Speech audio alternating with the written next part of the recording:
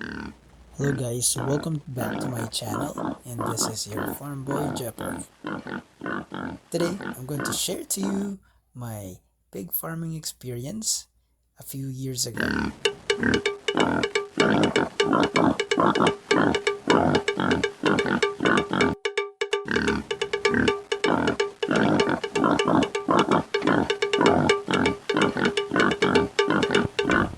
It started out in 2014 and I purchased 4 piglets from someone in Mariveles. That's a different province from where I live, and it's basically a 7.5 hour travel from my hometown. Now we agree that we have to meet up or meet halfway, literally. So we met in Manila so that I can buy the pigs and that I can bring them back home.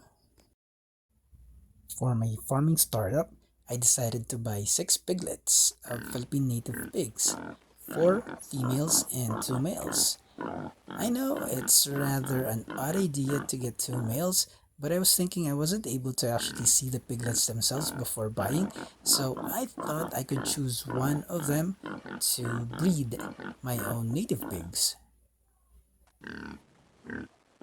And when I got them, it turned out that one of them had deformities, so I still thought it was a good idea to be buying 2 instead of just 1. At any rate, I was able to raise them, and as you can see in the picture, I was able to build a corrugated roof fence around the tree. It was the summer season when I purchased the 6 piglets, and as you can see here, the 6 piglets are quite comfortable under the chico tree. Although they never had a roof then, nevertheless it was quite comfortable for them.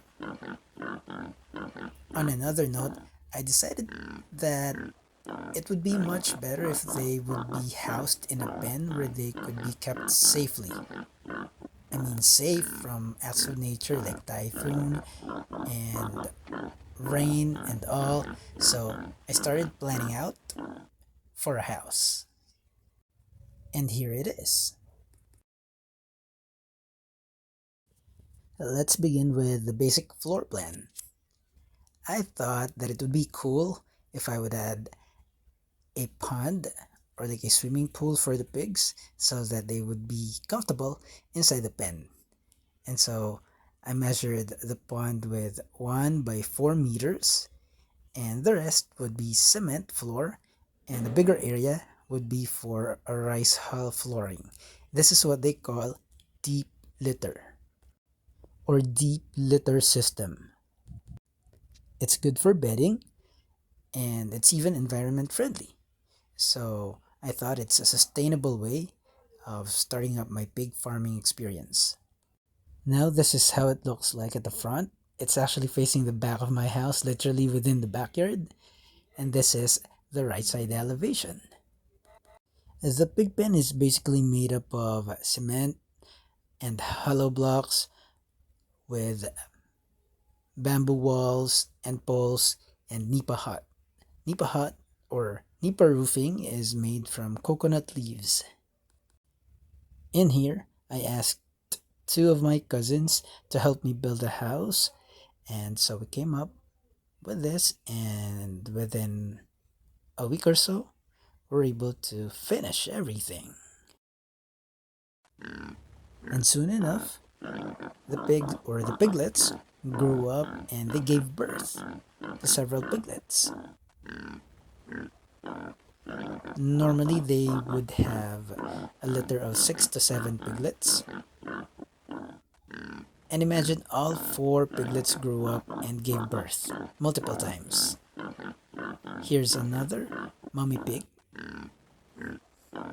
which gave birth kind of into the woods because it escaped the pen, and unfortunately it was able to build a nest of its own. Here's another one. She couldn't really tell as to what type of pig delivery they would have because some of them chose to deliver babies in rice hulls, some of them on the cement floor, but most or normally they would build a nest on a particular place to protect their young.